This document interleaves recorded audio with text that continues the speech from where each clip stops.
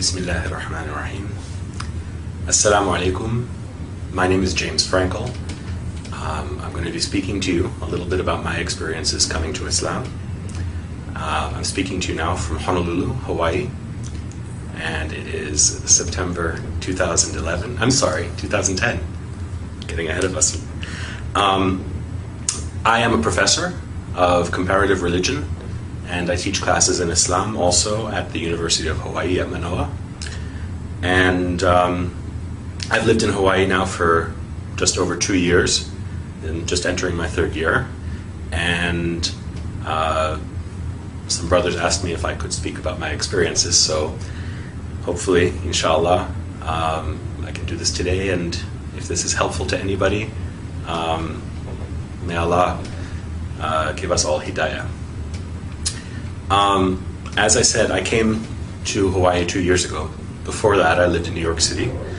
I was born and raised in New York City, born in 1969, and grew up in Manhattan and part of the time in Brooklyn, another few years of my life.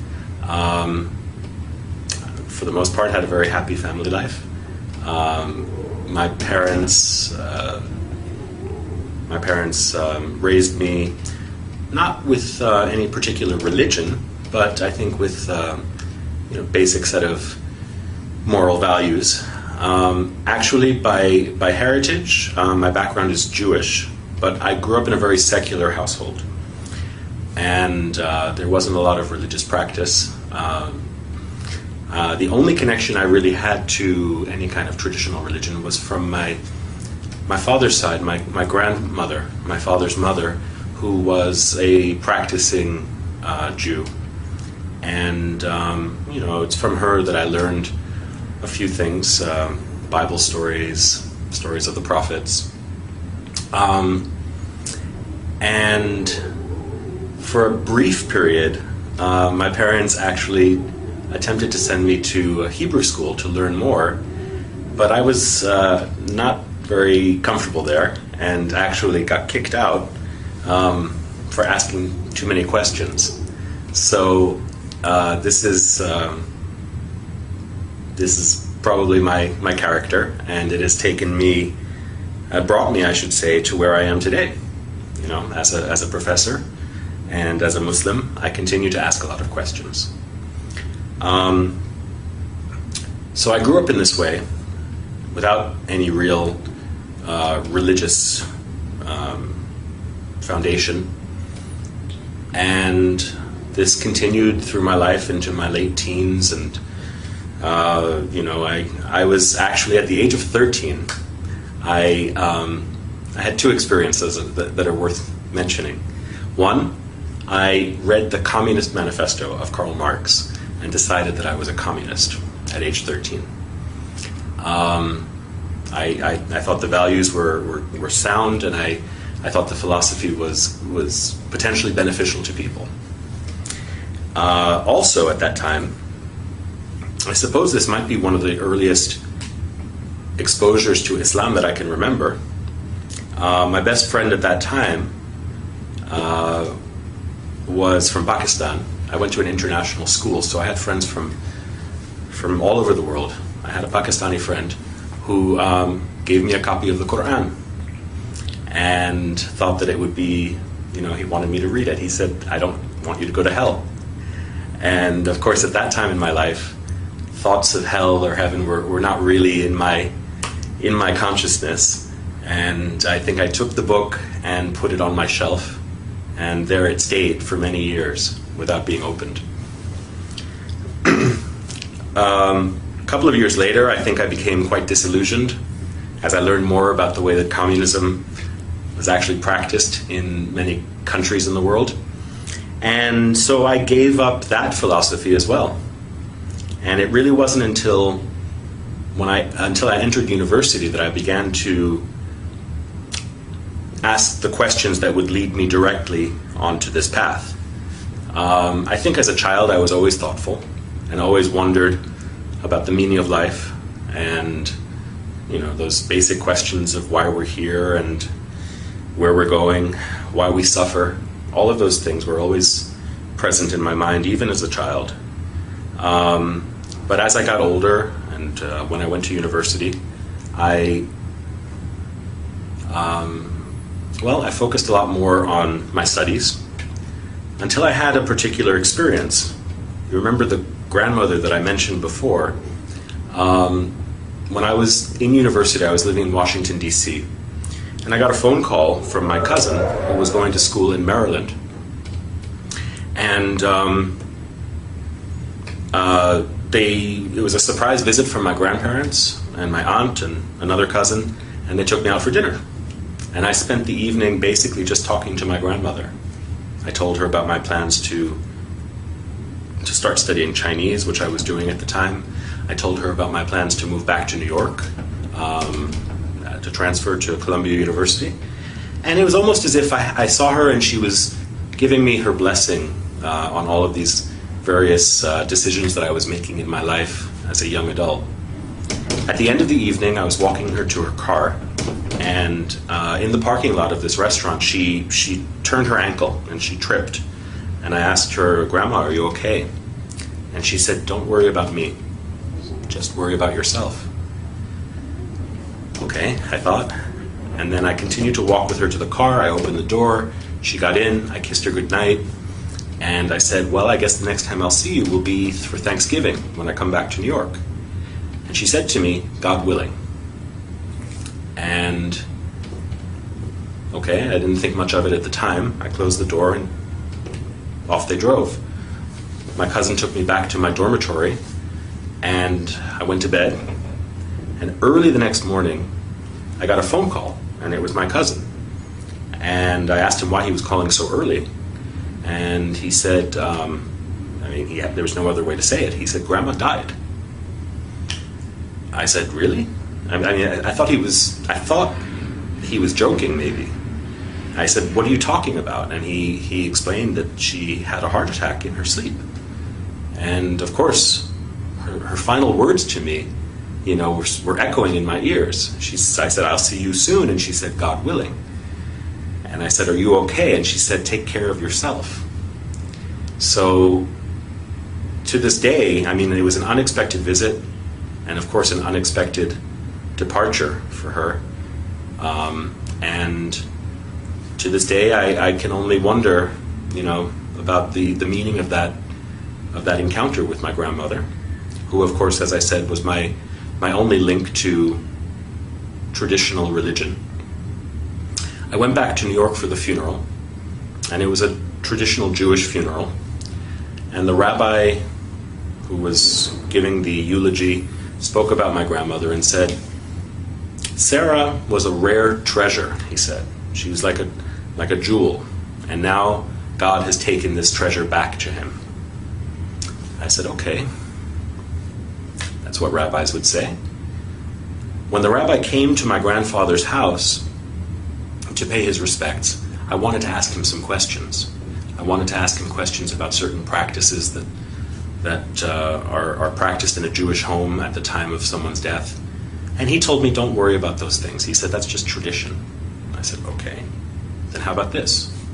In your sermon, you said that my grandmother, I don't know how well you knew her, but you said that she was taken by God.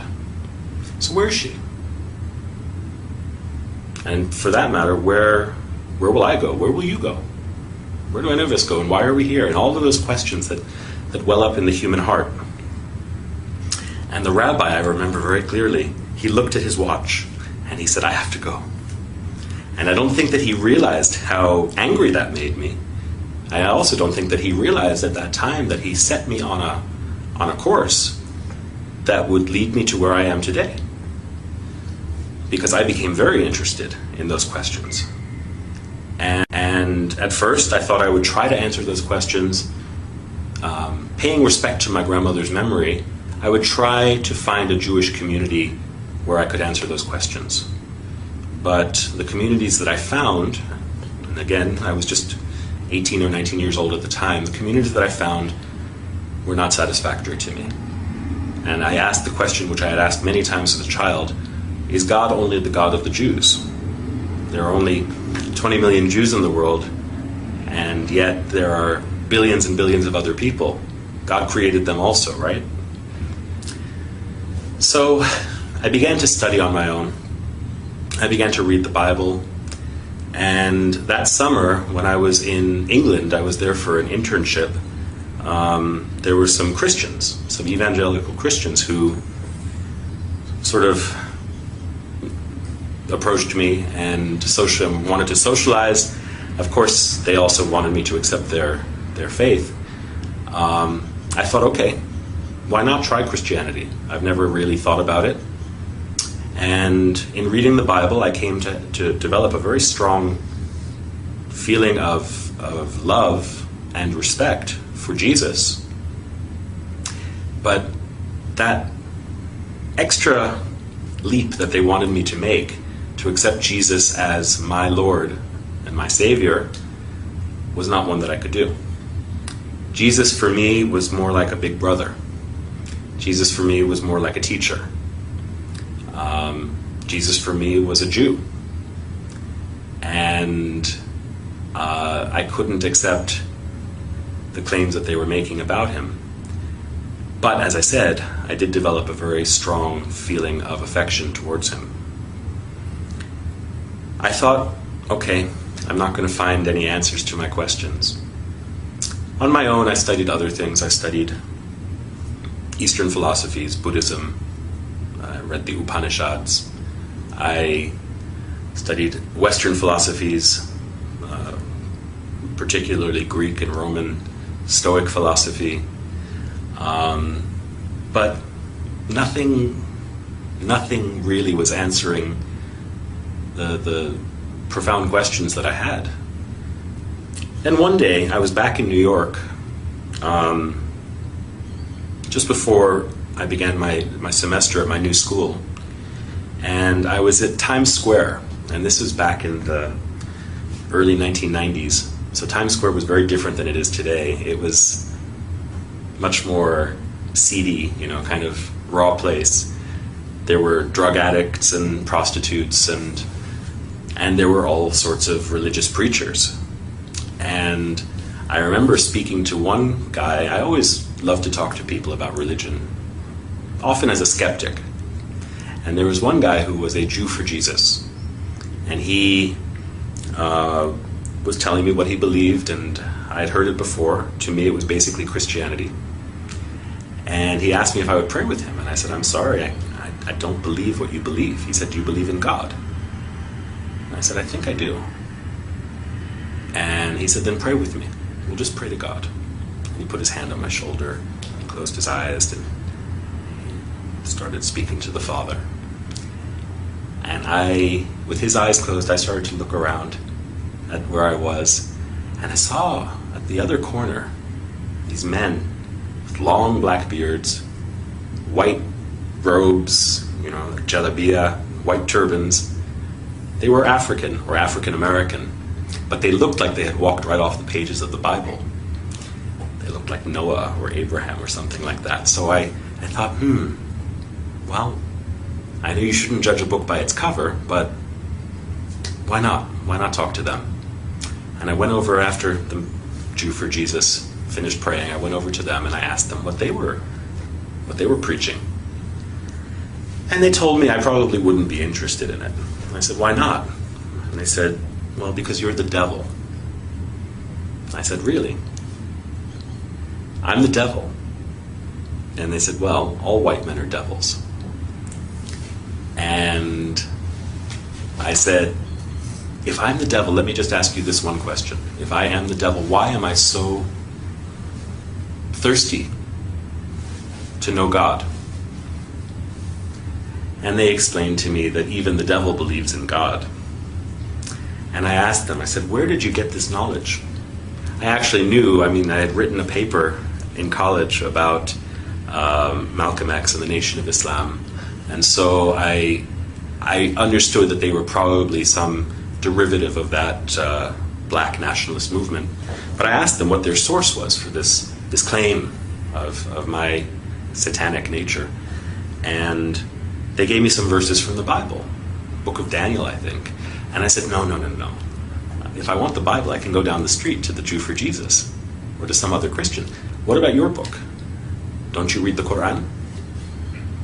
And they said yes. And so they gave me some verse to read from Surat Al-Kahf. And I took it home. I took home the paper that I wrote it on, and immediately I went up to my bookshelf where I had the Quran that was given to me about 6 years earlier by my friend Masuk. And I started reading. I looked for the passage that they had directed me to. And of course I read it, and there was no indication there that I was the devil or that any other white person was the devil. But since I started reading, I went to the beginning of the book, and I just began to read. And I read, and I read, and I read until I fell asleep with the book in my hands. And the next day, I read, and I read, and I read when I had some free time. And any time I had free time, between classes, when I was commuting to school on the New York City subway, I was just reading the Quran. And it moved me in a way that other books hadn't. Certainly in a way that the Bible didn't. The Quran's directness and the fact that the Lord of the worlds, right, the Creator, as the book describes the author, is speaking directly to you at times, very direct way, very intimately. It moved me in a way that I had not felt before, and I can't tell you where or when exactly. I know that there were times that I would read it, and sometimes I could feel tears in my eyes and running down my face. Sometimes I would read it and the hair on my arm would stand up, or on the back of my neck. And I can't pinpoint precisely the time or the place, but at some point I think that I had realized that I was reading the words of God. Well, around New Year's of that year, this is, I guess, about 1990, January of 1990, I was out with some friends from high school. We were having coffee, and we were just talking about what was going on in our lives. They asked me, what do you believe these days? Because they knew me when I was a communist, and they knew me when I went through many different phases as a young person. And they knew me as someone who didn't really believe in anything. So they asked me, and I said, well, I believe in God. And they said, really? What God? I said, there's only one God. And they said, where did you get this from? I said, well, for me, it was from reading the Quran. And they said, so you've been reading the Quran, so you must believe that this is the message of God and Muhammad is the messenger of God. And I said, yeah, I guess so. So they said, okay, let me get this right. You believe that there's only one God and that Muhammad is his messenger. I said, yeah, when you put it that way, I do. And they said, you're a Muslim. And I laughed. I said, I'm a Muslim? You're a Muslim. You're from Pakistan. I'm just a guy who believes in God. They said, no, you're a Muslim. If you believe that there is no God but the one God and that Muhammad is his messenger, you are a Muslim. And I was in shock. For the next few days, had to think about what that meant. And I contacted my friend Mansour, the one who had given me the Quran when I was 13 years old. He was at University of Pennsylvania, and he was working in the Muslim Students Association there, I think. I thought I'd heard that. And so I asked him if he could send me some literature that might, give an introduction to Islam, and also, the life and the requirements, I guess, of a Muslim. And he sent me a book or two, and one book in particular, Islam in Focus. I can't remember the author's name right now, but this book provided a very good introduction, not only to basic beliefs, but also to the 5 pillars of Islam. And I learned how to make salat. I learned how to pronounce the shahada. I learned how to make my wudu. All of these things from that book. And I started praying. I guess you could say I was a closet Muslim, because I was living in my parents' home at that time, and I would close the door and I would say my prayers. And even the first time that I ever fasted in the month of Ramadan, I did it completely on my own. I had no community. I just found out what time the sun would rise and what time the sun would set, and ate at the times that were permitted. And so for the first 6 or 8 months of my life as a new Muslim, I did this completely alone. And my guide was the Quran and the book of this scholar. And that's the story of how I embraced Islam, actually. At a certain point, I had to tell my family. And so this was sort of coming out of the closet. And one night at dinner, I was sitting with my family, and I told them, I said, I've been reading the Quran. They said, yeah, we know. We've seen you carrying it everywhere. And I said, I really believe it. And I said, what I've learned is that besides believing, there are certain practical implications of that belief, which I have chosen to follow also. So I guess that makes me a Muslim. My mother's reaction was very strong. She cried. And I think she asked herself, and probably looked at my father and thought, where did we go wrong? How did this happen? I think my father's approach was much more relaxed. He probably thought to himself, well, my son was a communist when he was 13.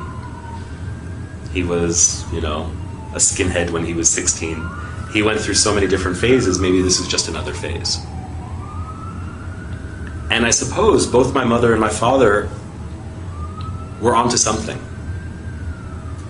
I mean, this was a phase, but it wasn't just a passing phase, or so I thought, or hoped. And my mother must have realized that I was serious. But of course her reaction was one of fear and regret, which I suppose are understandable when one is ignorant and only has distorted perceptions based on misinformation or limited information. So there were great challenges in those first years trying to communicate with my parents. I have to say, alhamdulillah, they are very understanding, and they've been very patient, and we've come to a better understanding. At first I think my mother worried that I would turn into some kind of a monster. But I tried to reassure her that, since embracing Islam, I'm a better student. I think I'm a better son, And, it wasn't as though I was a bad person before Islam. Maybe for some people, setting foot on this path is necessary for them to be able to reform themselves. In my case, I thanked my parents, actually, for giving me the values that I was able to recognize when I came to Islam. And as I said, I wasn't a bad person, inshallah. Islam has made me, makes me, and will make me a better person. So, everybody's path is different, how they get there, and even once they embrace Islam, everybody has a different way of understanding this path. For me, it has a lot to do with learning and knowledge. I think that the basic purpose of life, the basic purpose of Islam, is to gain knowledge of ourselves, knowledge of our world, of our universe, and knowledge of our intimate relationship with Allah. So this has propelled me into my career. I don't know that I would be a professor today if I hadn't become a Muslim. I'm not saying that everybody should be a professor, but for me it's been a long journey of learning and now teaching. Along the way I've gained a great respect and appreciation for other religions also, which I don't think I would have had I not had this grounding in Islam. And I think that something that new Muslims should take to heart is that, when one becomes a Muslim, one doesn't become a different person. Rasulullah sallallahu alaihi wasallam said that people bring to Islam what they had before. So even among his companions, there were people who had special talents or challenges, and these are ones that they would have to continue to work with or to work on after entering the path. So similarly, I think I can say that's true for me. There are many challenges, and life continues to have its struggles.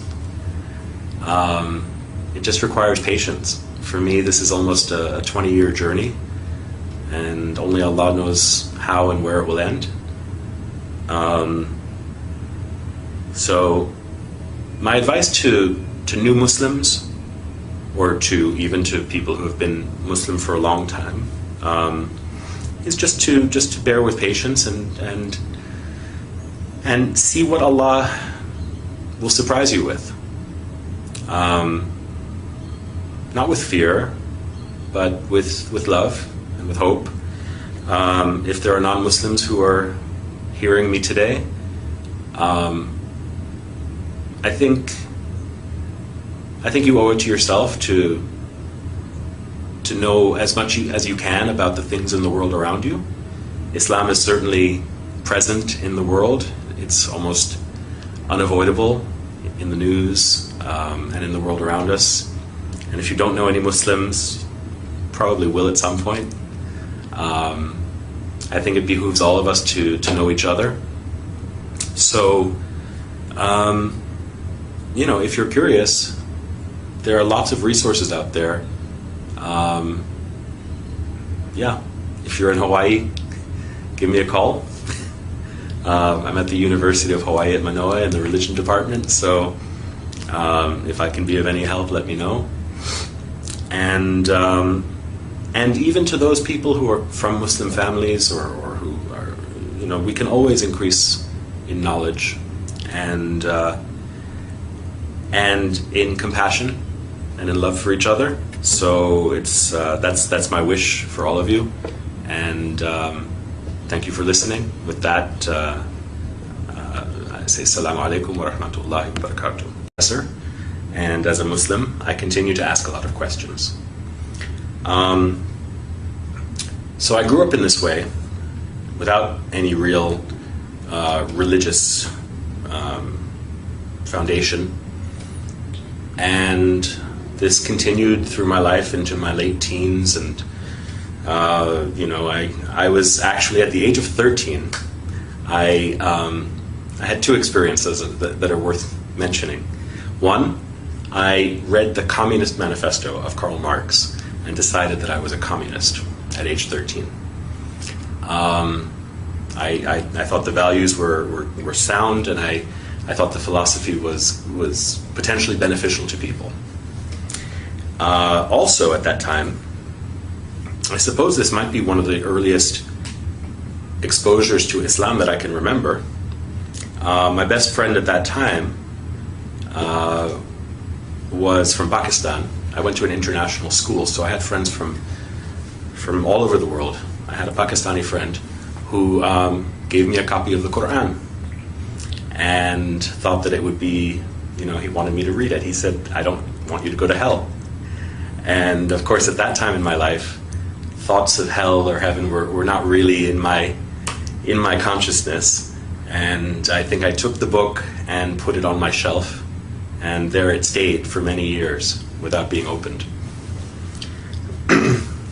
A couple of years later, I think I became quite disillusioned as I learned more about the way that communism was actually practiced in many countries in the world. And so I gave up that philosophy as well.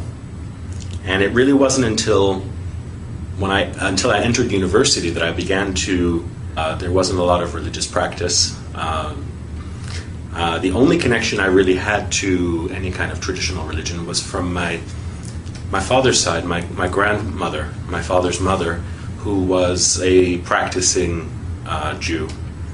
And, it's from her that I learned a few things, Bible stories, stories of the prophets. And for a brief period, my parents actually attempted to send me to a Hebrew school to learn more, but I was not very comfortable there and actually got kicked out for asking too many questions. So this is probably my character, and it has brought me, I should say, to where I am today. As a professor, I can do this today, and if this is helpful to anybody, may Allah give us all hidayah. As I said, I came to Hawaii 2 years ago. Before that, I lived in New York City. I was born and raised in New York City, born in 1969, and grew up in Manhattan, and part of the time in Brooklyn, another few years of my life. For the most part, had a very happy family life. My parents raised me not with any particular religion, but I think with basic set of moral values. Actually, by heritage, my background is Jewish, but I grew up in a very secular household. And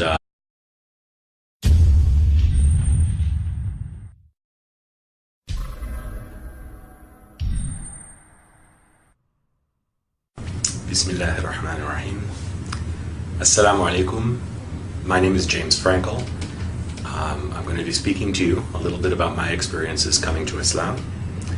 I'm speaking to you now from Honolulu, Hawaii, and it is September 2011. I'm sorry, 2010.